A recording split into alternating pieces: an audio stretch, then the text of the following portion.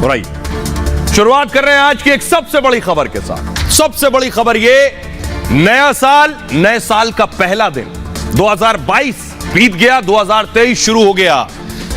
हम आज 24 की बात भी बताएंगे, 23 की बात भी, लेकिन 25 साल तक पीएम मोदी का कोई तोड़ नहीं। ये सिर्फ हम ऐसे ही नहीं कह रहे, पूरा रिपोर्ट कार्ड, प्रधानमंत्री नरेंद्र मोदी का पूरा रिपोर्ट कार्ड हम आपके सामने लेकर आए हैं। और इस report card, political report card के साथ देश के बड़े बड़े ज्योतिषाचार्य, बड़े बड़े पंडित आखिर क्या कह रहे हैं, यह आपको बताऊंगा मैं आज अपनी रिपोर्ट के जरिए। लेकिन बड़ी बात यह है कि आखिर 25 साल तक प्रधानमंत्री नरेंद्र मोदी नहीं होंगे, यह आखिर हम क्यों कह रहे हैं ऐसा? देखिए, ग्राफिक दीजिए प्लीज। 25 साल तक मोदी के ना रहने के पीछे वजह, ग्राफिक्स प्ले कीजिए प्लीज। वजह मैं बताने जा रहा हूं, मोदी 25 साल तक क्यों और कैसे रहेंगे। दरअसल मोदी का एजेंडा हिंदुत्व और विकास है। पहली बड़ी वजह यह, देश अर्थव्यवस्था में 5वें नंबर पर है और 5 ट्रिलियन इकोनॉमी का एजेंडा है। देश में निवेश तेजी से बढ़ा है और भव्य राम मंदिर का निर्माण हुआ है। काशी कॉरिडोर का विकास हुआ है, यानी एक तरफ हिंदुत्व और दूसरी तरफ विकास। महाकाल लोक का उद्घाटन हुआ, दूसरी तरफ केदारनाथ का पुनर्वास भी हुआ। साथ ही साथ बद्रीनाथ को करोड़ों की सौगात दी गई और दुनिया में देश की साख बढ़ी। प्रधानमंत्री मोदी G20 के अध्यक्ष बने, अब SCO के अध्यक्ष बनने की तैयारी है, यानी एक तरफ हिंदुत्व, दूसरी तरफ विकास। कोरोना में दुनिया को वैक्सीन दी गई और दुनिया में हिंदुत्व को पहचान दिलाई। बॉर्डर पर दुश्मनों को भी ठिकाने लगाया। और ये वो उपलब्धियां हैं जो उपलब्धियां बताती हैं कि प्रधानमंत्री नरेंद्र मोदी ने 2047 तक का एजेंडा सेट कर लिया है। अब सुनिए जरा, ज्योतिषाचार्य आपको बता रहे हैं कि 2047 तक, यानी अगले 25 साल तक प्रधानमंत्री मोदी के बीजेपी का योग और तारे क्या कहते हैं। साल 2014 में इन्होंने प्रधानमंत्री पद की शपथ ली है और इनके कुंडली वृश्चिक लग्न की है, जिसमें शश योग और बृहद राजयोग है। इस राजयोग के आधार पर हम कह सकते हैं कि नरेंद्र मोदी जी के बीजेपी में सत्ता शासन संभालने के बाद भारतीय जनता पार्टी के विशेष राजयोग 25 वर्षों का राजयोग है। 2014 से जो योग शुरू है 2039 तक यह राजयोग बना रहेगा। नरेंद्र मोदी जी को कोई भी हरा नहीं सकता। भारतीय राजनीति में ग्रह गणनाओं के अनुसार से यदि देखा जाए तो आने वाले करीब 20 साल जो है वो बीजेपी के लिए बहुत प्रशस्त दिखाई देते हैं। बीच में थोड़े बहुत कुछ और राजनीतिक दल हैं वो भी अपनी राजनीतिक शक्ति को आजमाने का प्रयास कर सकते हैं, लेकिन ओवरऑल यदि देखा जाए तो ग्रह दिखाते हैं गणनाओं के अनुसार से करीब 15-20 साल का समय है वो बीजेपी के नाम ही भारतीय राजनीति में रहने वाला है। ऐसा मैं क्यों कह रहा हूं, आपने सुन लिया ज्योतिषाचार्य को। अब मैं आपको बताने जा रहा हूं, दरअसल कोई टक्कर में नहीं है। क्यों नहीं है टक्कर में, देखिए जरा, यह मैं आपको बता रहा हूं। 2019 की स्थिति देख लीजिए, 2019 का रिपोर्ट कार्ड आपके सामने। अकेले पीएम मोदी के पास 303, और इधर सबको जोड़ दें जो सब चाहते हैं सीएम पीएम बनना। कांग्रेस के 51, अगला प्ले कीजिए। ममता दीदी के 22 सांसद हैं, नीतीश कुमार के 16, मायावती के पास 10 सांसद, केसीआर के 9 और अखिलेश यादव के 5। इन सबको मिला भी देंगे आप तो कितने हो रहे हैं? 113। ये 113 और ये 303, लेकिन सबको पीएम बनना है। सोचिए जरा, सबको प्रधानमंत्री बनना है। 100 का आंकड़ा जैसे तैसे पार हो रहा है। ये अकेले 303 है और इससे कहीं ज्यादा एनडीए मिलाकर है। तो क्या सवाल एक ये है कि ममता बनर्जी, राहुल गांधी, क्या इनके योग है, कभी राजयोग है, प्रधानमंत्री बनने का योग है भी या नहीं? सुनिए जरा। नरेंद्र मोदी जी के सामने ममता विपक्ष का एक चेहरा बन पाएगी? जी नहीं, ये कभी नहीं हो पाएगा। ये होना बहुत मुश्किल है। नरेंद्र मोदी जी का वर्चस्व 2023 और 24 में भी बहुत जबरदस्त लहराने वाला है और चारों तरफ नरेंद्र मोदी ही होने वाला है। नरेंद्र मोदी जी की जो कुंडली है वो वृश्चिक लगन और वृश्चिक राशि की है और उसके अंदर रोचक नाम का महापुरुष राजयोग बना हुआ है। मंगल स्वराशि में लगन में ही बैठा हुआ है और मंगल की महादशा चल रही है। इस समय नरेंद्र मोदी जी के रथ को रोकना आसान काम नहीं है, क्योंकि मंगल साहस और पराक्रम और नीति और तर्क का कारक है। इसलिए उनके सामने किसी का टिक पाना बहुत मुश्किल है। सूर्य और राहु की युति होने के कारण उनकी जो चमक है और जो प्रधानमंत्री पद की जो ऊंचाइयां हैं उसमें ग्रहण लगा हुआ है, लेकिन नरेंद्र मोदी जी का मुकाबला नहीं कर सकती। और आइए अब आपको बताता हूं कि आखिर 2023 में 2022 चला गया, 23 आ गया, 22 का रिपोर्ट कार्ड देखिए जरा। 22 का रिपोर्ट कार्ड मैं आपको दिखा रहा हूं, बहुत दिलचस्प है। 22 में चुनाव हुए सबसे पहले उत्तर प्रदेश में। उत्तर प्रदेश की 403 में से 275 सीटें मिली बीजेपी को, और अगर इन 275 को मैं लोकसभा सीटों में कन्वर्ट कर दूं तो हो जाती है 80 में से 55 सीटें। ये 22 का रिपोर्ट कार्ड। गुजरात देख लीजिए, गुजरात में 182 में से 156 सीटें मिली बीजेपी को। इनको लोकसभा में अगर मैं बदल दूं तो 26 में से 23 सीटें बीजेपी को मिल गई। हिमाचल प्रदेश में 68 में 6 तो 2 सीटें बीजेपी के खाते में। अब जरा पूरा रिपोर्ट कार्ड प्ले कीजिए, नेक्स्ट प्ले कीजिए। 80 यानी लोकसभा में 110 में से 80 सीटें बीजेपी को 2022 में मिल गई। ये 22 का रिपोर्ट कार्ड है। अब सुनिए जरा कि आखिर प्रधानमंत्री नरेंद्र मोदी का राजयोग कब तक है, क्योंकि सबने जुगत लगा ली मोदी को हराने की, कोई नहीं हरा पा रहा। एक होकर भी, अलग अलग होकर भी सारे कॉम्बिनेशन फ्लॉप हो गए मोदी के आगे। तो मोदी का राजयोग आखिर है कब तक, सुनिए। तो अभी तो अक्षुण है, उसको कोई दिक्कत नहीं है, ये चलने वाला है। और आजकल उनको मंगल की दशा में राहु चल रहा है, तो यहाँ थोड़ी दिक्कतें होती हैं, लेकिन बहुत जल्द राहु में मंगल में गुरु आ जाएगा मार्च अप्रैल के महीने में, तो यह पीरियड उन्हें और सशक्त बनाएगा। जब तक उनकी सांसें रहेंगी, जब तक ये समझ लीजिए कि आज जीवन उनका राजयोग रहेगा। वो अपने पद को खुद छोड़े, उनकी कुंडली ये बताती है तो वो छोड़े, लेकिन उनके दुश्मन जब भी उनके सामने आएंगे तो उनकी जितनी भी पावर होगी वो भी उन्हें मिल जाती है। बहुत सी मुसीबतें और तकलीफों का सामना 2024 के इलेक्शंस में भी उन्हें करना पड़ेगा, लेकिन बावजूद इसके भी जीत उनकी ही होगी। अब बड़ा दिलचस्प है, दुनिया जानना चाहती है राहुल गांधी मेहनत बहुत कर रहे हैं, भारत जोड़ो यात्रा कर रहे हैं, कह रहे हैं हजारों किलोमीटर में चल लिया हूं। उनके नेता भी बहुत कुछ कह रहे हैं, उनको पीएम कैंडिडेट भी मान रहे हैं। राहुल के हाथ में राजयोग वाली रेखा है या नहीं, दुनिया ये जानना चाहती है, देश ये जानना चाहता है। तो जरा ज्योतिषियों से सुनिए, ज्योतिषाचार्य बता रहे हैं हाथ में वो रेखा है भी या नहीं, सुनिए।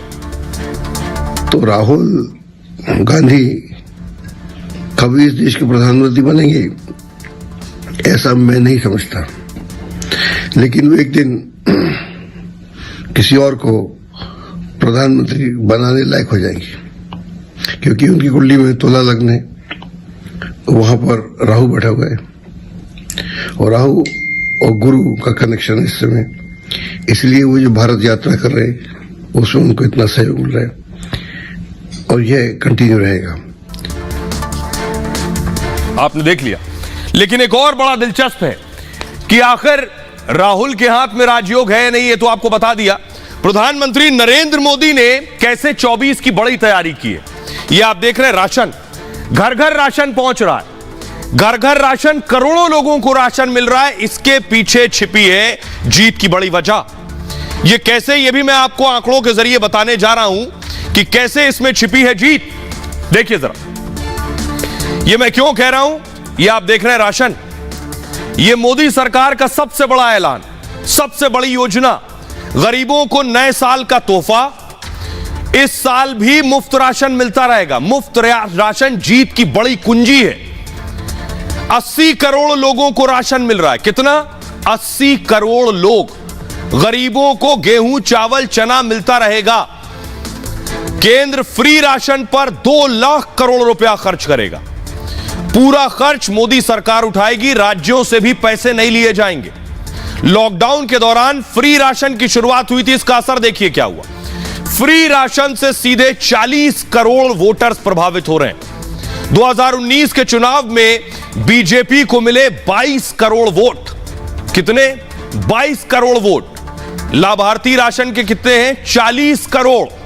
मतलब 24 में फ्री राशन से सत्ता मिल जाएगी। अगर 40 करोड़ जो परिवार हैं, इन लाभार्थियों में आधों ने भी वोट दे दिया तो 20 करोड़ ऐसे ही हैं। बिहार विधानसभा में 53 से 74 पर पहुंच गई बीजेपी फ्री राशन। पश्चिम बंगाल में 3 सीटों से 77 का आंकड़ा पहुंच गया। उत्तर प्रदेश में दूसरी बार योगी सरकार सत्ता में आ गई। यह है फ्री राशन का फायदा। लेकिन अब मैं आपको सुनवाता हूं, सुनिए। फ्री राशन का असर बिहार में भी हुआ।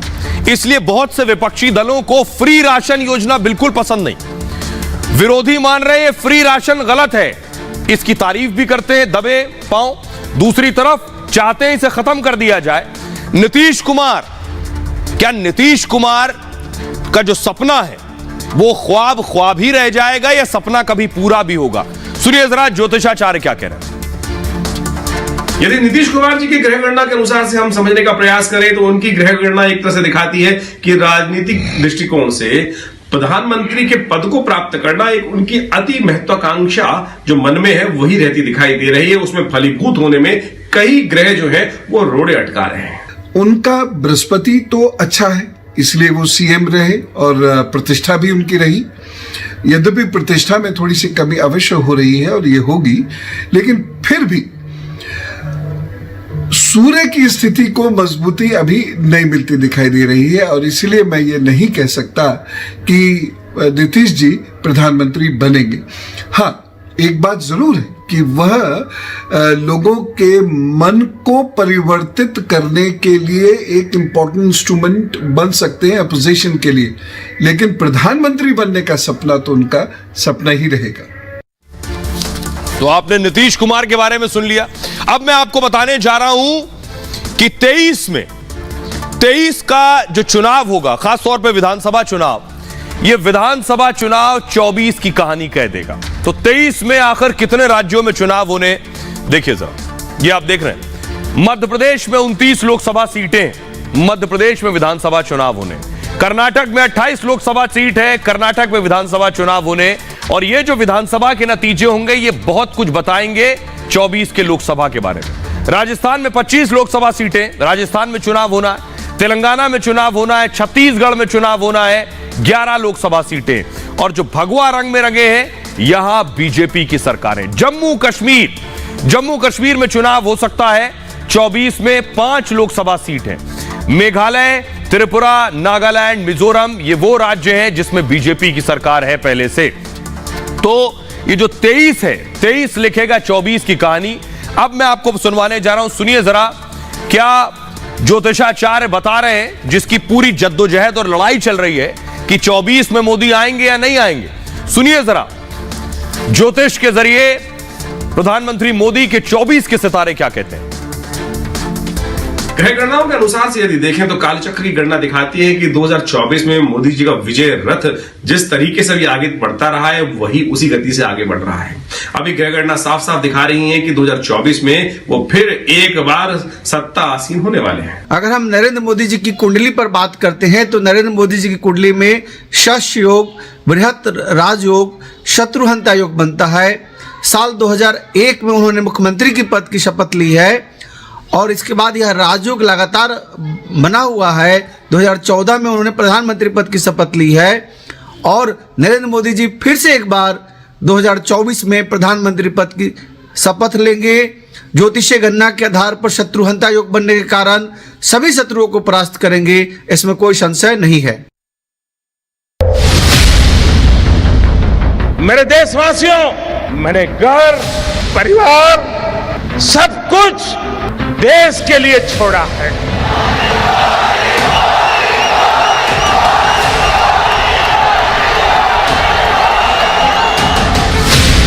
किस्मत से किसी को सत्ता नहीं मिलती और मिल भी जाए तो कर्म के बगैर कामयाबी मुश्किल है।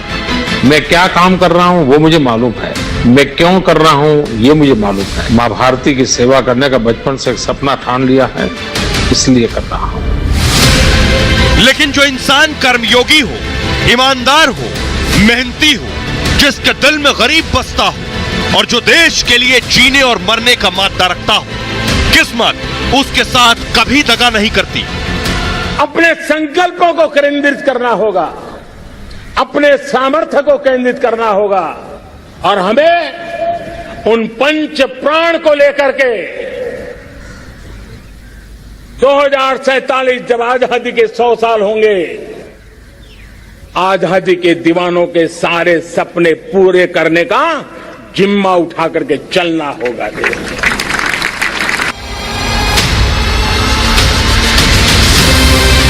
कर्म का ही तकाजा है कि किस्मत भी प्रधानमंत्री के साथ है।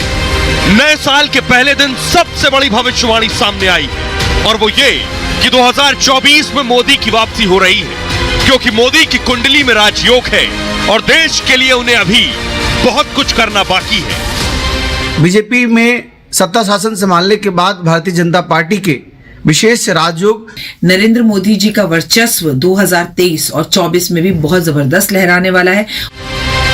बीजेपी को भी इस बात का बखूबी एहसास है। देश का आशीर्वाद लेके प्रधानमंत्री मोदी जी ही 2026 में प्रधानमंत्री बनेगा।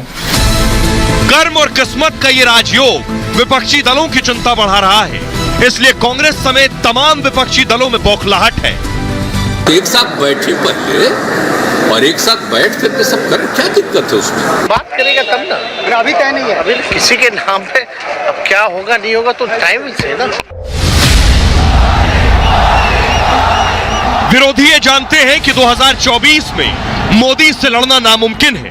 अब डर तो इस बात का है कि मोदी के रहते मोदी के सामने खड़े होने की बिसात किसकी है। मोदी ने 25 साल का रोड मैप तैयार कर लिया। मोदी को यकीन है कि 2047 तक बीजेपी को कोई नहीं हरा पाएगा। लोग पत्थर मारते गए, हमने कोई सामने से वार नहीं किया है दोस्तों।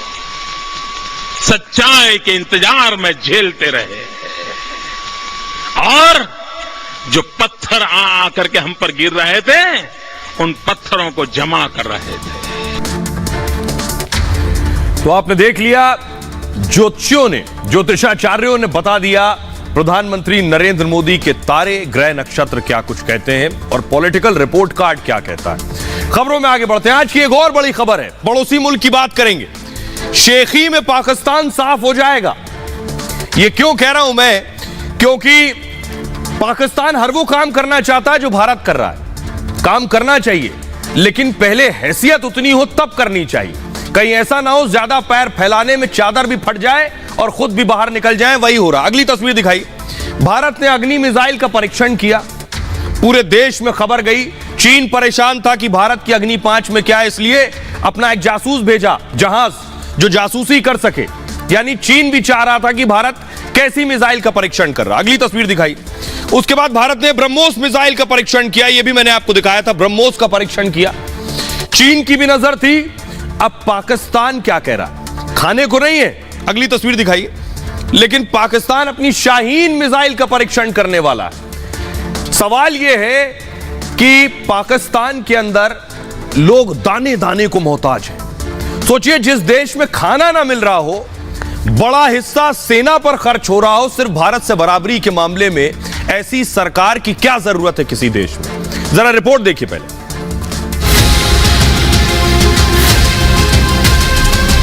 पाकिस्तान में लोग आटा, चावल, दाल खरीदने की हालत में नहीं है, लेकिन शहबाज शरीफ भारत से बराबरी के चक्कर में पूरे देश को बेचे डाल रहे हैं। इस बार भारत की अग्नि और ब्रह्मोस मिसाइल की धमक से इतना परेशान है कि बहुत जल्द अब पाकिस्तान भी परमाणु मिसाइल का परीक्षण करेगा। शहबाज मियां पर अभी बाढ़ के दौरान मिली खैरात का पूरा हिसाब किताब बाकी है। पाकिस्तान की भूख से मरती जनता के लिए शाहबाज दुनिया के चक्कर लगाकर नेताओं से भीख मांग रहे हैं, लेकिन भारत को सिर्फ दिखाने के लिए शाहबाज परमाणु मिसाइल का परीक्षण करने जा रहे हैं। पाकिस्तान के वजीर आजम को सोचना चाहिए, सपना तो सपना होता है, पहले भूख से मरती जनता के लिए खाने का जुगाड़ जरूरी है। और आइए अब आपको दिखाने जा रहा हूं पाकिस्तान का हाल क्या है। खाने को रोटी नहीं है, लेकिन मिसाइल चाहिए। ये देखिए जरा, ये देख रहे हैं, ये शाहीन मिसाइल रखी है पाकिस्तान की, और सवाल ये है कि ठेले पर मिसाइल है, लोग गोभी, टमाटर, नींबू नहीं खरीद पा रहे हैं, लेकिन भारत की बराबरी में मिसाइल का परीक्षण कर लेंगे। परमाणु मिसाइल का परीक्षण करने वाला है पाकिस्तान, और पाकिस्तान ने नाविकों के लिए एक नोटिस जारी किया है बाकायदा।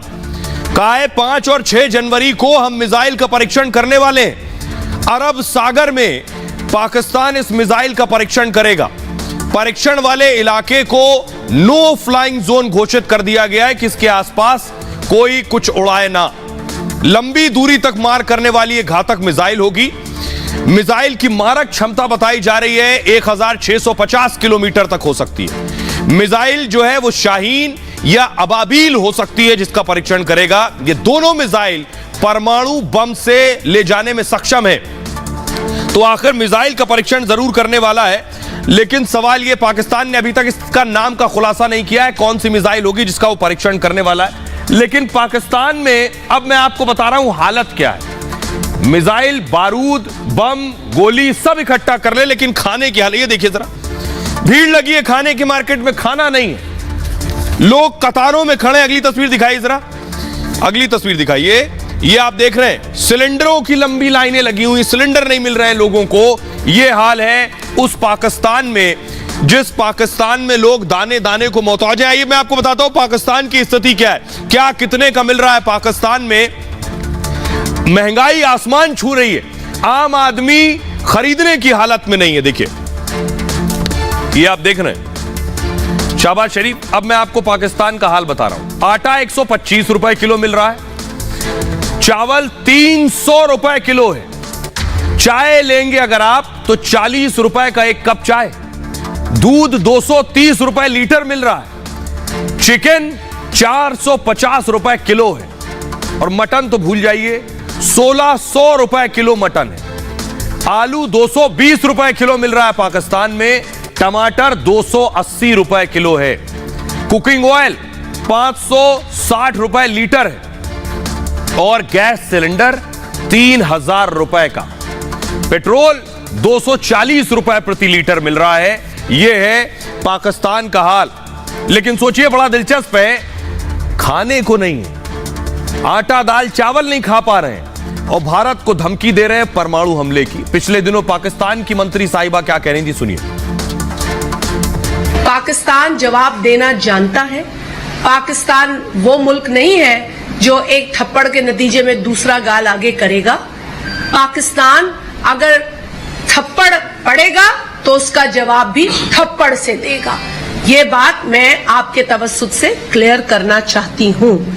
और अगर भारत का कोई मिनिस्टर किसी भी फोरम पर मोदी सरकार के दिफा में इतना अंधा हो जाएगा कि वो ये नहीं सोचेगा कि वो एक न्यूक्लियर मुल्क के लिए, पाकिस्तान जैसे न्यूक्लियर मुल्क के लिए ऊल फूल बक सकता है, तो ये उसकी गलती है। शेखी सुन लिया आपने। अब जरा देखिए इनकी करेंसी की हालत क्या है। आइए जरा पिलर ग्राफिक से दिखाइए जरा, शाहबाज शरीफ भी देखें ध्यान से।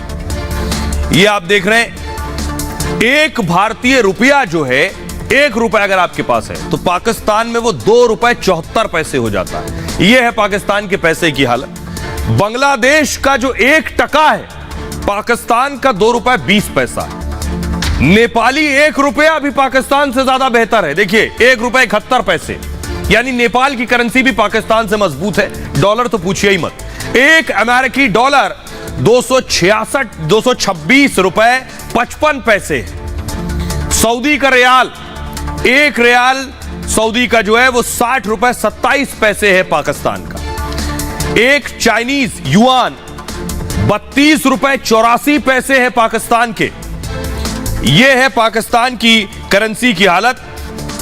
अब मैं ये ऐसे ही नहीं कह रहा हूं हवा हवाई, आज की एक तस्वीर पाकिस्तान की दिखाने जा रहा हूं। देखिए जरा, ये स्टेडियम है, ये मैच देखने नहीं आए, ये क्रिकेट और फुटबॉल का मैच नहीं हो रहा है, ये नौकरी मांगने आए।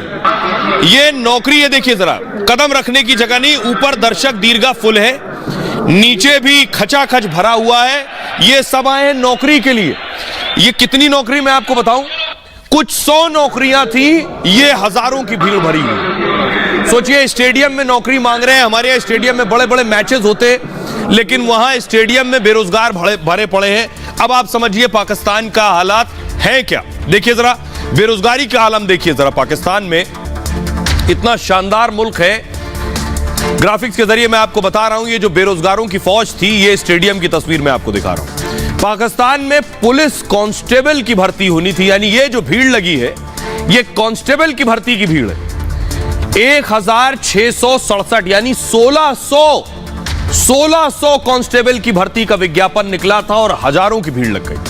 ये सभी पद पाकिस्तान में 5 साल से खाली पड़े थे और नौकरी के लिए लाखों युवाओं ने फॉर्म भर दिया। इसके लिए इस्लामाबाद के स्पोर्ट्स कॉम्प्लेक्स में परीक्षा रखी गई। परीक्षार्थियों से पूरा स्टेडियम खचाखच भरा था। कुर्सियों से लेकर जमीन तक यानी ग्राउंड पर भी परीक्षार्थी नजर आ रहे थे। इस्लामाबाद की यह तस्वीर दुनिया में वायरल है। पाकिस्तान में 31% युवा बेरोजगार है और पाकिस्तान की मौजूदा बेरोजगारी जो है वो 6.9% है। ये पाकिस्तान को शर्मिंदा करने वाली तस्वीरें हैं। अब दूर मत जाइए, सीधे पाकिस्तान ही लिए चलते हैं आपको। पाकिस्तान के लोगों से सुनिए, वो बता रहे हैं कि क्या हालात हैं, दाने दाने को मोहताज हैं और शाहबाज और आर्मी चीफ सारा पैसा हथियार में और सेना लूट रही है। सुनिए जरा। बिल्कुल, मैं तो यकीन करें, मैं कहता हूँ मोदी 5 साल हमारे यहाँ पे लगा लेता तो शायद हमारा भी मुल्क सवार देता। आप हमारे क्राइसिस देख लें, आजकल के पॉलिटिकल क्राइसिस। हमारे बच्चे स्कूल कॉलेजेस जाने की बजाय जलसों में जा रहे हैं। प्याज आज का रेट है 1500 रुपये दड़ी चल रहा है मंडी का, क्योंकि 300-350 रुपये किलो बिक रहा है। टमाटर भी का 1500 से लेकर 2000 रुपये दड़ी बिक रहा है। तो प्याज था ना 300-350 रुपये की दरी, वो मैंने लिया 1600 रुपये की दर के हिसाब से लिया, यानी कि 350 वाला प्याज 1600 रुपये दर के हिसाब से लिया।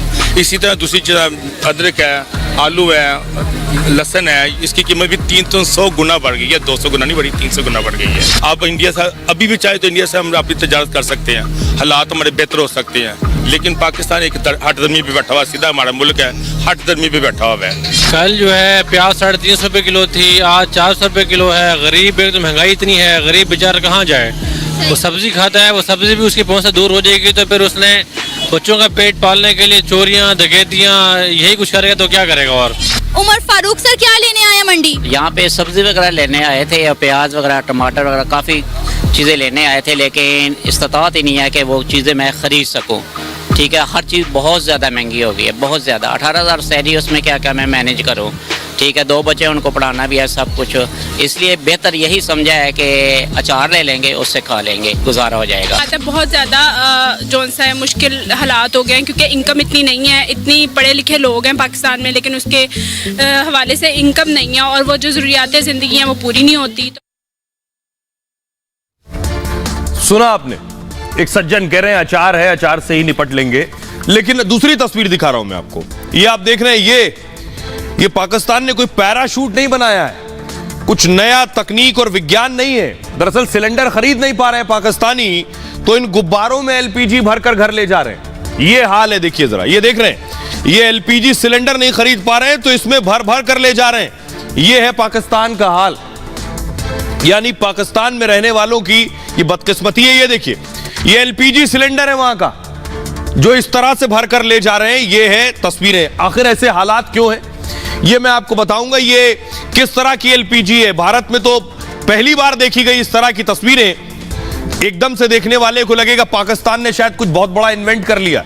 देखिए जरा, ये आप देख रहे हैं गुब्बारे, सिलेंडर नहीं मिल रहे हैं तो लोग ऐसे पन्नियों में एलपीजी भर भर के ले जा रहे हैं। पाकिस्तान में सिलेंडर खरीदने के पैसे नहीं है, सिलेंडर की जगह प्लास्टिक में एलपीजी बिक रही है। पाक के पेशावर में धंधा सबसे ज्यादा चल रहा है इस वक्त। प्लास्टिक की थैलियों में 2-3 किलो गैस भर लीजिए, एलपीजी पाइपलाइन के कंप्रेसर से यह धंधा खूब चल रहा है। थैलियों के मुंह पर क्या करते हैं, नोजल लगा देते हैं, वॉल्व, और नोजल लगाकर उसी पर आग जला देते हैं। इसके जरिए घरों में इस एलपीजी का इस्तेमाल हो रहा है। डेंजरस भी है, जान का भी खतरा है, लेकिन जान से ज्यादा बड़ी चीज है जेब में पैसा होना। सस्ती होने की वजह इससे इस्तेमाल की जा रही है, और प्लास्टिक थैलियों में एलपीजी से धमाके भी हो रहे हैं, जिस बात का जिक्र मैं कर रहा था। पाक के एक बर्न सेंटर में हर रोज 8 लोग जलकर पहुंच रहे हैं। यह हाल है पाकिस्तान का। आइए अब मैं एक और तस्वीर दिखाने जा रहा हूं। तो गुजारा कैसे चल रहा है शहबाज शरीफ का, बताया जा रहा है चीन को गधे बेच रहे हैं। पिछले दिनों मैंने आपको दिखाया था, गधों की फौज बेचकर पाकिस्तान कमाई कर रहा है। अगली तस्वीर दिखाइए जरा। या फिर भैंस बेच रहे हैं। यह इनके गुजारे का बड़ा जरिया बन गया है, यानी सरकार की भी कमाई का जरिया बन गया है। तो सवाल यह है कि पहले खाना फिर खरीद कर जुटाना। सवाल मैं अब आपको बताने जा रहा हूं कि कर्ज ले लेकर पाकिस्तान का हाल क्या हो गया, किस तरह कर्ज में डूबा है पूरा पाकिस्तान। ये आप देख रहे हैं, पाकिस्तानी सेना पर अरबों रुपए खर्च हो रहे हैं और कर्ज लेकर भी सेना पर पैसे उड़ाए जा रहे हैं। पिछले दिनों खबर आई थी कि पाकिस्तान के जो आर्मी चीफ थे, वो आर्मी चीफ के पास 1200 करोड़ रुपए थे। 5 महीने में सेना पर 517 अरब रुपए खर्च कर दिए गए। विकास में 5 महीने में 133 अरब रुपए खर्च किए गए। अब आप समझिए, विकास में खर्च 53% कम और सेना पर खर्च 5 गुना ज्यादा बढ़ गया, सिर्फ भारत के साथ बराबरी में। रोटी नहीं है वहां लोगों के पास। 5 महीने में पाकिस्तान का घाटा 1.43 ट्रिलियन हो गया। विदेशी मुद्रा भंडार 6.7 अरब डॉलर नीचे। $1 की कीमत 225 रुपए तक पहुंच गई है। शुरू में मैंने आपको बताया, विदेशी मदद कर्ज मोहताज पाकिस्तान हो गया इस वजह से। और चीन सऊदी अरब ने 13 अरब डॉलर चीन सऊदी अरब से मांगे हैं। चीन ने नया कर्ज नहीं दिया, पुराने लोन की किश्त मांगी है। IMF ने कहा है खर्च कम करो तब नया कर्ज मिलेगा, और चीन को कर्ज नहीं मिला तो दिवालिया हो जाएगा चीन। तो सिर्फ इतना ही नहीं है, चीन की हालत खराब है। पाकिस्तान के जो नए आर्मी चीफ हैं मुनीर, वो कह रहे हैं अगर नहीं संभले तो पूरा पाकिस्तान बर्बाद हो जाएगा, और तालिबान दरवाजे पर बैठा है। इस गिरते आर्थिक रूप से खत्म होते पाकिस्तान, कमजोर होते पाकिस्तान में कभी भी तालिबान घुस सकता है। तालिबान बॉर्डर पर है, रोज हमले कर रहा है। क्या पाकिस्तान अफगानिस्तान बनेगा? अब आगे की कहानी की बात हो रही है। जो दूसरों के लिए गड्ढा खोदता था, वो खुद उसी कुएं में गिरने को तैयार बैठा है। क्या पाकिस्तान में अफगानिस्तान जैसे हालात हो जाएंगे? TTP ने, यानी तहरीके तालिबान पाकिस्तान ने पाकिस्तान पर कब्जे का दावा किया। TTP ने सरकार बनाने तक का ऐलान कर दिया है पाकिस्तान में। कहा है रक्षा, कानून, गृह और विदेश मंत्री तक बना लिए। सोचिए, यानी शहबाज शरीफ के अलग मंत्री है और इधर तालिबान ने अपने मंत्री अलग नियुक्त कर दिए। कह रहा है मैंने पाकिस्तान पर कब्जा कर लिया। TTP ने अपनी कोर्ट बनाने का भी ऐलान कर दिया है, और फतवों के लिए भी अलग से तालिबानी विभाग बना है। पिछले दिनों पाक सेना और TTP में के बीच बातचीत भी हुई, लेकिन TTP ने पाकिस्तान पर कब्जे का दावा कर दिया। पूरे पाकिस्तान में डर का माहौल इस वक्त बना हुआ है। आर्मी चीफ मुनीर ने पाकिस्तानी नेताओं को भी चेतावनी दी है। कहा है आतंकवाद के लिए राष्ट्रीय आम सहमति बने। आतंकवाद के खिलाफ पाकिस्तान आर्थिक चुनौती से भी जूझ रहा है। मुनीर ने सलाह इमरान और शहबाज शरीफ को दी है। खुद मुनीर ने बताया है कि एक साल में 376 हमले हुए हैं, और अगर एक आम राय नहीं बनी तो तालिबान पाकिस्तान में घुस जाएगा और पाकिस्तान भी अफगानिस्तान बन जाएगा। खबरों में आगे बढ़ते हैं। आज की एक और बड़ी खबर है, देश की राजधानी दिल्ली से दर्दनाक खबर सामने आई है, झकझोर देने वाली खबर है। दिल्ली में दरिंदगी की जो तस्वीर आई है वो हिला कर रख देगी। जो तस्वीर मैं आपको दिखाने जा रहा हूं, फुल स्क्रीन लीजिए जरा इस तस्वीर को। यह तस्वीर आपको हिला कर रख देगी, इसलिए तस्वीरों को धुंधला किया है। 100% धुंधला करना पड़ा है। देर रात दिल्ली में दरिंदगी हुई है। लड़की जो पूरी तरह से बिना कपड़ों के है, इसलिए हमें इन तस्वीरों को धुंधला करना पड़ा है, जिसके साथ ये दरिंदगी हुई है। रात को नशे में गाड़ी चलाने वाले 5 युवकों ने लड़की की जान ले ली। अगली तस्वीर मैं आपको दिखाऊंगा उस गाड़ी की जिस गाड़ी ने इस लड़की की जान ली है, ये गाड़ी आप देख रहे हैं, ये वो कार है जो कार लड़की को घसीटते हुए ले गई। बलिनो कार आप देख रहे हैं, ये कार पुलिस स्टेशन पर खड़ी है इस वक्त। अब मैं आपको लड़की की स्कूटी दिखाने जा रहा हूं। अगर आपके पास अगली तस्वीर दिखाइए जरा, ये आप देख रहे हैं, ये वो कार है। कार के अंदर की तस्वीरें मैं आपको दिखा रहा हूं। ये गाड़ी है, इस गाड़ी में ये 5 युवक मौजूद थे और इन्होंने लड़की को घसीटा। आगे की तस्वीर अगर मैं दिखाऊं, गाड़ी आगे से डैमेज हुई है, आगे आप देख रहे हैं नंबर प्लेट भी डैमेज है। आगे पुलिस की एक थ्योरी है, परिवार दूसरी बात कह रहा है। गाड़ी में रगड़ भी लगी, अगर इस पोर्शन पर देखें अगर आप। अब स्कूटी की तस्वीर दिखाई जरा, ये आप देख रहे हैं, इस स्कूटी पर वो लड़की सवार थी। आगे से स्कूटी का पूरा हेडलाइट निकल गया है। ये तस्वीर बता रही है स्कूटी का एक्सीडेंट हुआ है, लेकिन कितनी घिसटती हुई गई है, कहां तक गई है, ये जांच के बाद पता चलेगा। ये आपको बताते हैं ये दरअसल ये घटना हुई कैसे, कब की ये घटना है और आखिर इसमें कौन कौन लोग शामिल हैं, उनके बारे में भी मैं आपको बताऊंगा। देखिए सर, ये आप देख रहे हैं, दिल्ली के कंझावाला में ये वारदात हुई है। बड़ी इसलिए भी कि देश की राजधानी है दिल्ली। लड़की दरअसल स्कूटी से जा रही थी और कार सवार युवकों ने लड़की को जोरदार टक्कर मारी। टक्कर के बाद लड़की कार में फंस गई और कार रोकने के बजाय आरोपी गाड़ी चलाते चले गए और थोड़ा बहुत नहीं, 4 किलोमीटर तक लड़की को स्कूटी पर घसीटते चले गए कार के जरिए। लड़की की मौके पर ही मौत हो गई और पुलिस को सुबह 3:30 बजे के करीब फोन आया, तब जानकारी मिली मौके पर लड़की नग्न अवस्था में लाश पड़ी हुई थी। कार के नंबर के जरिए आरोपियों की पहचान की गई। पुलिस ने 5 आरोपियों को गिरफ्तार कर लिया है। पुलिस ने वारदात वाली कार को भी जब्त कर लिया है। आरोपियों के खिलाफ सुल्तानपुरी थाने में केस दर्ज किया गया है। आरोपियों पर गैर इरादतन हत्या का मुकदमा दर्ज हुआ है। मृतक लड़की की उम्र 20 साल बताई जा रही है। शादी समारोह में काम करती थी लड़की और वहीं से रात को लौट रही थी। लेकिन कौन कौन वो 5 लड़के हैं जिनको पकड़ा है, पुलिस ने गिरफ्तार किया है। और इन 5 लड़कों का कहना यह है कि इन्हें पता ही नहीं चला। इनका कहना है ये शराब के नशे में थे, तेज म्यूजिक चल रहा था, इसलिए इन्हें पता नहीं चला, कोई इनकी गाड़ी में फंस गया है। एक लड़का 26 साल का है, दीपक खन्ना।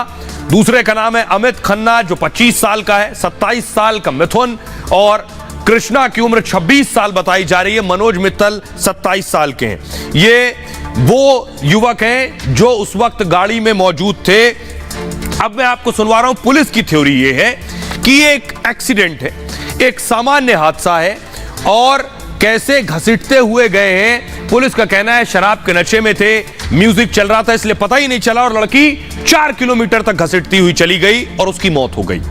लेकिन मां का क्या कहना है लड़की की, वो सुनिए। तो सब कुछ वही थी, कमाने वाली दमाने वाली। मैं तो बीमार हूँ, 2 साल से मेरी किडनी खराब।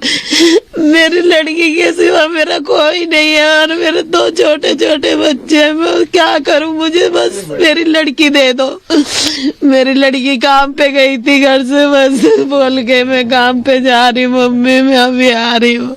मेरे से पंजाबी बाग बोल के जाती थी, मैं पंजाबी बाग जाती हूँ मम्मी, मुझे और काम का कुछ नहीं पता उसके। शादी ब्याह में जहाँ भी अटेंड हो जाता है वहीं चली जाती थी, कभी कभी इवेंट के काम करती थी। आइए अब मैं आपको सुनवाता हूं जो चश्मदीद वहां मौजूद था, उनका क्या कहना है, उन्होंने अपनी आंखों से क्या देखा, उन्हें सुनिए।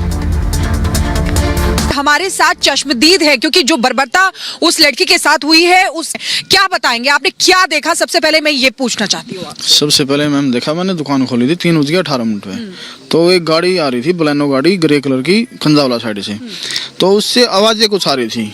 मैंने देखा आवाज किसी चीज की आ रही, मैं टायर वायर फटा होगा। वो सामने आने पर पता चला कि उसके नीचे कोई डेड बॉडी फंसी हुई है। तो फिर वो जैसे सूदी निकल गई, मैंने 3:20 पे इमरजेंसी नंबर डायल कर दिया। मैंने बताया मैं ऐसे ऐसे, वहाँ किसी मैम ने फ़ोन उठाया, मैं ऐसे ऐसे बात है मैम, कोई डेड बॉडी फंसी हुई है गाड़ी के नीचे, बलेनो गाड़ी ग्रे कलर की, नंबर उस टाइम देख नहीं पाया था मैं। फिर वो गाड़ी चली गई सीधे। उसके बाद फिर जैसे जो भी जनाब PCR पे थे उसका फ़ोन आया, बोला हाँ भाई ऐसे ऐसी बात है, आपने फ़ोन किया था माँ जी, हाँ बिल्कुल गाड़ी उस साइड गई है। तभी जस्ट गाड़ी रिटर्न आ रही है मेरी दुकान के सामने ही 3:30 पे। मैंने बताया जनाब से, माँ जनाब गाड़ी बिल्कुल दोबारा मेरी दुकान सामने है। अब वो कुत्ता पकड़ से कंधावला की साइड जा रही है। मैंने स्कूटी लेके मैं थोड़ा उसके पीछे मैं भी गया जनाब से, गाड़ी के पीछे हाँ जिसमें डेड बॉडी फंसी हुई थी, और वो उस टाइम भी फंसी हुई थी जिस टाइम मैं उसके पीछे गया। अच्छा। वो यहाँ से तकरीबन 2 किलोमीटर आगे जाके कंधावला से उसने फिर यू टर्न लिया राय सिंह मॉल के सामने से। अच्छा। तो फिर मैं वहां तक गया तो उसने यू टर्न लिया, मैंने यू टर्न ले लिया, उससे 50-100 मीटर की दूरी पे था मैं। वो शायद मेरे को ये नहीं देख पा कि ये फॉलो कर रहा है कि वह जैसे भी है वो चल रहा है, उसके पीछे मैं चल रहा हूँ। लगातार प्रशासन से बात चल रही थी। ये चश्मदीद को आप सुन रहे थे। अब मैं आपको बताता हूं महिला आयोग, दिल्ली महिला आयोग की अध्यक्ष स्वाति मालीवाल क्या कुछ कह रही हैं। इस पूरे मामले के बाद स्वाति का कहना है दिल्ली के कंझावला में लड़की की नग्न अवस्था में लाश मिली है। कुछ लड़कों ने नशे की हालत में गाड़ी से स्कूटी को टक्कर मारी, उसे कई किलोमीटर तक घसीटा। यह मामला बेहद भयानक है। मैं दिल्ली पुलिस को हाजिरी सम्मन जारी कर रही हूं, पूरा सच सामने आना चाहिए। अब जरा पुलिस को सुनिए। मां का कहना है पीड़िता की मामला कुछ और है, इसकी पड़ताल होनी चाहिए। पुलिस क्या कह रही है?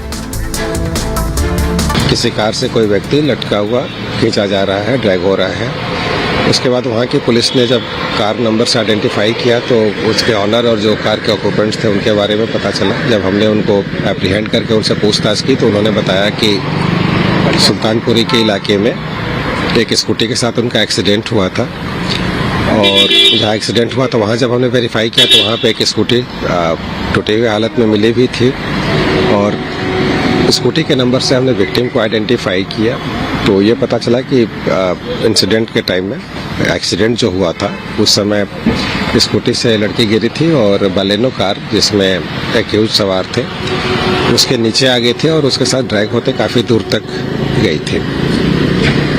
एक्यूज की ये दलील रही है कि कार के शीशे बंद थे और म्यूज़िक काफ़ी हाई वॉल्यूम पे था, इसलिए उनको पता नहीं चल पाया, और सड़क भी उबड़ खाबड़ थी इसलिए वो पता नहीं कर पाए कि गाड़ी के नीचे कोई व्यक्ति है या उबड़ खाबड़ होने की वजह से गाड़ी पे बम्प है। काफ़ी दूर जाने के बाद उन्होंने रियलाइज़ किया और उसके बाद फिर बॉडी डिसेंटेंगल करके वहाँ से वो फिर भाग गए। बाद में हमने उनको पकड़ा है। जो इनिशियल इन्वेस्टिगेशन में इस्टेब्लिश हुआ है वो ये है कि एक फैटल एक्सीडेंट है। ये सरासर कहना गलत है कि लड़के के साथ कोई सेक्सुअल असॉल्ट हुआ है या मर्डर हुआ है। सबसे पहले अब मैं आपको दिखाने जा रहा हूं एक्सक्लूसिवली रिपब्लिक के पास सीसीटीवी आया। ये सीसीटीवी आप देख रहे हैं उस गाड़ी का सीसीटीवी जिस गाड़ी में लड़की के फंसे होने का दावा किया जा रहा है। फुल स्क्रीन लीजिए जरा तस्वीर, ये आपको मैं लाल घेरे में दिखा रहा हूं इस वक्त। आप देख रहे हैं ये वही बलिनो है। एक्सक्लूसिव रिपब्लिक पर सबसे पहले आप एक्सक्लूसिव विजुअल में आपको दिखा रहा हूं। ये वही बलिनो गाड़ी है जो जा रही है। दावा किया जा रहा है नीचे लड़की फंसी हुई है, लड़की की बॉडी, और वो रगड़ते हुए आगे की तरफ जा रही है। वो तस्वीरों में आप देख पा रहे हैं। ये तस्वीर आप देख रहे हैं, ये गाड़ी जो निकली है बताया जा रहा है इसी गाड़ी के नीचे लड़की फंसी हुई है। आइए अब मैं आपको गाड़ी की तस्वीर, आपने सीसीटीवी देख ली, पुलिस इसमें आगे जांच करेगी। हमारी सहयोगी वहां पहुंची जहां वो गाड़ी मौजूद है जिस गाड़ी से लड़की को कुचला गया, घसीटा गया 4 किलोमीटर तक, और उसकी स्कूटी भी वहीं खड़ी। जरा रिपोर्ट देखिए सृष्टि की। ये तस्वीर आप यहाँ पर देखिए, यही वो बलोनो गाड़ी है और यहाँ पर नंबर आप देख सकते हैं DL8CAY 6414। ये तस्वीर आप यहाँ पर देखिए, और ये वही गाड़ी है जिससे ये एक्सीडेंट यहाँ पर हुआ है। तस्वीरों के जरिए हम आपको लगातार दिखाने की कोशिश कर रहे हैं। हमारे सहयोगी जो हैं वो उज्जवल यहाँ पर मौजूद हैं, वो आपको ये तस्वीरें यहाँ पर दिखा रहे हैं। आगे से आप देख सकते हैं कि गाड़ी बहुत ज्यादा, आप देखिए कि गाड़ी किस तरीके से, बहुत ज्यादा गाड़ी पर किसी प्रकार के कोई निशान यहाँ पर नहीं आए हैं, और इसी गाड़ी में बताया जा रहा है कि वो लड़की जो है फंसी हुई थी। हल्के फुल्के स्क्रैचेस आपको यहाँ पर देखने को मिल रहे हैं, और सबसे बड़ी बात आप ये छोटी गाड़ी है, ये छोटी गाड़ी है, ये ज्यादा बड़ी गाड़ी नहीं है, और ये छोटी गाड़ी है। देखिए अंदर जो है वो सिगरेट पड़ी हुई भी यहाँ पर आपको दिखाई देगी। तस्वीरें आप यहाँ पर देख सकते हैं, माचिस और सिगरेट यहाँ पर दिखाई दे रही है। सीधे तौर पर ये वही गाड़ी है, आपको बताए बलेनो गाड़ी। बलेनो गाड़ी आपको आगे से एक बार तस्वीर हम आपको यहाँ पर, उज्जवल आपको आगे से ये तस्वीर यहाँ पर दिखाएंगे। आप देख सकते हैं कि आगे बहुत ज्यादा नुकसान यहाँ पर नहीं हुआ है,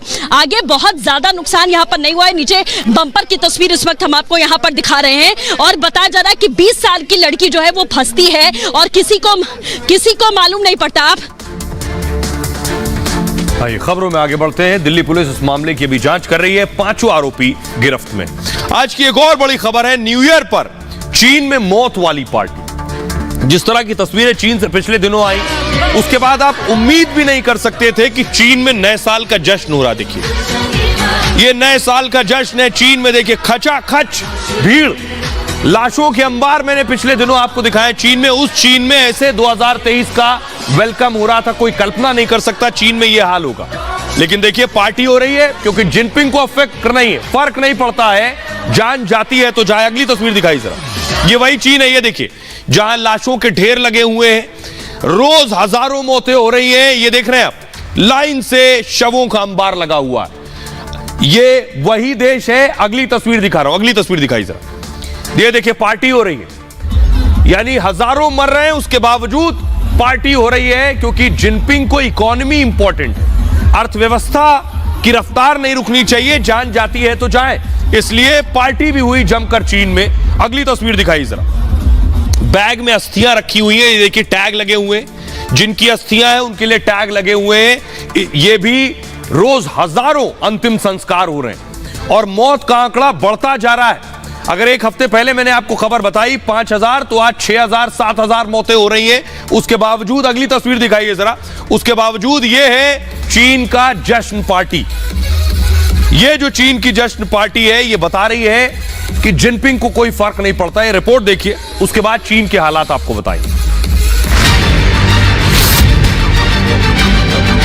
चीन में कोरोना से मौतें थमने का नाम नहीं ले रही, लेकिन दुनिया की आंखों में धूल झोंकने के लिए तानाशाह जिनपिंग के इशारे पर चीन में जश्न मनाया जा रहा है। लोग पार्टी कर रहे हैं, डांस कर रहे हैं। चीन की राजधानी बीजिंग से लेकर वुहान तक जमकर पार्टी हुई। वुहान चीन का वही प्रांत है जहां की लैब से कोरोना निकला और फिर चीन से लेकर पूरी दुनिया में फैल गया। अस्पतालों से लेकर शमशान स्थल तक लाइन लगी है, लेकिन जिनपिंग दावा कर रहे हैं कि चीन में हालात सामान्य हैं, इसलिए कम्युनिस्ट पार्टी ने नियमों में छूट दी। लेकिन कहते हैं कि तस्वीरें झूठ नहीं बोलती। तानाशाह के इशारे पर डांस और जश्न की तस्वीरों से चीन कोरोना के कहर की सच्चाई को छिपा नहीं सकता। और आइए अब आपको बताते हैं न्यू ईयर पर कैसे मौत वाली पार्टियां हुई हैं चीन में। चीन अब किस तरफ जा रहा है आगे, देखिए सर।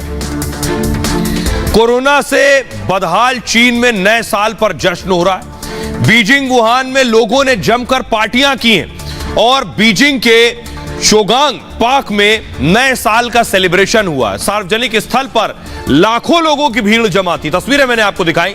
चीन सरकार जीरो कोविड पॉलिसी खत्म कर चुकी है, यानी फर्क नहीं पड़ता आप वैक्सीन लगवाइए, मास्क लगाइए, नहीं लगाइए, जिनपिंग को फर्क नहीं पड़ता है। उन्हें केवल देश की कमाई से मतलब है, इसलिए लोग भारी संख्या में घरों से बाहर निकल रहे हैं। कोरोना के बीच पार्टी करने से हालात और ज्यादा बिगड़ सकते हैं। एक्सपर्ट्स ने कहा है कोरोना की सुनामी आ सकती है चीन में। चीन में मौत के बाद अस्थियां रखने के लिए कलश नहीं मिल रहे। ह्यूमन राइट एक्टिविस्ट जेनिफर जेंग ने बाकायदा फोटो ट्वीट की है। कलश के बजाय बैग में रखी जा रही अस्थियां, क्योंकि कलश नहीं है। इस बीच चीन के राष्ट्रपति शी जिनपिंग का भी बयान सामने आया। चीन में कोरोना से लड़ाई एक नए फेज में जा चुकी है।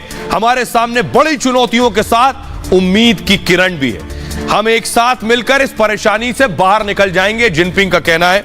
सुनिए जरा डॉक्टर्स क्या कुछ कह रहे हैं देश के। चीन में बहुत खराब हालात होने वाले। 23 जनवरी तक बताया जा रहा है कि लगभग 20,000 से ज्यादा लोगों की मौत होगी। सुनिए डॉक्टर्स क्या कह रहे हैं।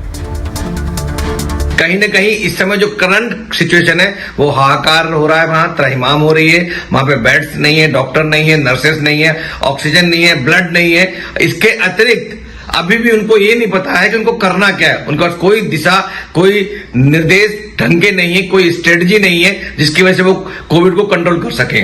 चाइना में BF.1 वेरिएंट्स का कहर मचा हुआ है और ऐसा माना जा रहा है कि प्रतिदिन 9,000 से ज्यादा डेथ हो रहे हैं और कुल डेथ ऐसा एस्टिमेटेड है कि 16 से 20 लाख डेथ हो सकते हैं। और आइए अब मैं आपको बताता हूं, चीन में हर रोज 25,000 मौतें होंगी आने वाले वक्त में, अगर यही परिस्थितियां और यही हालात रहे। ये मैं क्यों कह रहा हूं, ये देश में भी सावधान रहने की जरूरत है, सावधानी बरतने की जरूरत है। लेकिन चीन के जो हालात हैं, हर रोज 25,000 मौत का मतलब आप समझते हैं। चीन में कोरोना को लेकर ब्रिटेन की हेल्थ फर्म का एक अनुमान है, दिसंबर में 1,46,00,000 कोरोना के केस सामने आए। दिसंबर में लगभग 2 करोड़ केस सामने आए। दिसंबर में 1 लाख लोगों की मौत की आशंका जताई जा रही। 13 जनवरी तक कोरोना का पीक आने का अनुमान है चीन में, और एक दिन में कोरोना के 37 लाख मामले सामने आएंगे। उसके बाद एक दिन में कोरोना के 37 लाख मामले आने लगेंगे तो और बदतर स्थिति होगी। एक दिन में मौतों की जो संख्या है वो 25,000 तक पहुंच जाएगी। 23 जनवरी तक कोरोना से मौत 5,84,000 तक हो सकती है। चीन पर कोविड के आंकड़े छिपाने के आरोप लग रहे हैं। इस वक्त चीन के अधिकारियों ने WHO के साथ बैठक की है। ऑनलाइन बैठक में WHO ने सही डेटा की मांग की है। चीन ने फिर एक बार अपने डेटा को सही बताया है। मोरक्को ने चीन से आने वाले यात्रियों पर भी बैन लगाया। कनाडा ने चीन के यात्रियों के लिए कोरोना टेस्ट जरूरी कर दिया है। अमेरिका, ब्रिटेन, भारत ने पहले ही टेस्ट जरूरी किया हुआ है इन देशों के लिए। अब मैं आपको जैन वाली स्टोरी पर जाऊंगा और मैं आपको दिखाने जा रहा हूं आज की एक और तस्वीर जो सामने आई। सम्मेद शिखर पर संग्राम किस तरह से हुआ, ये जो तस्वीर आप देख रहे हैं इंडिया गेट की तस्वीर है। फुल स्क्रीन लीजिए जरा इस तस्वीर। ये देश की राजधानी दिल्ली में इंडिया गेट की तस्वीर आप देख रहे हैं। एम्बियंस बढ़ाइए इसका।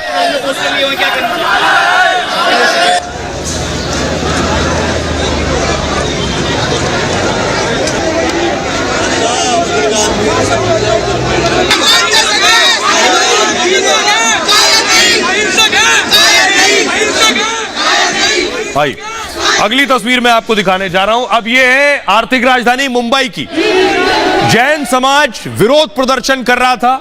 झारखंड में तीर्थ स्थल को पर्यटन स्थल का नोटिफिकेशन यानी अधिसूचना जारी करने के बाद उनकी मांग है कि उनके तीर्थ स्थल को पर्यटन स्थल ना बनाया जाए। टूरिस्ट के घूमने की जगह नहीं, वो हमारे तीर्थ की जगह है। ये मुंबई की तस्वीर मैं आपको दिखा रहा हूं। अगली तस्वीर दिखाइए जरा। ये आप अहमदाबाद की देख रहे हैं। फुल स्क्रीन लीजिए जरा। अहमदाबाद में भारी भीड़ नजर आई। ये देखिए जरा, कदम रखने की जगह नहीं थी। अहमदाबाद की तस्वीर आप देख रहे हैं।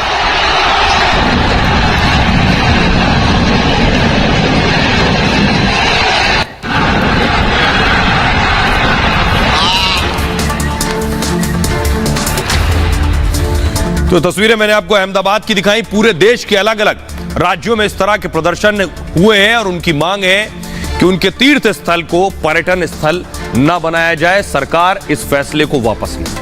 बहरहाल ये भारत की बात है। मैं इतना ही। आप अपना बहुत ख्याल रखिए। एक छोटे से ब्रेक के लिए रुक रहे हैं, लौट रहे हैं कुछ और बड़ी खबरों के साथ।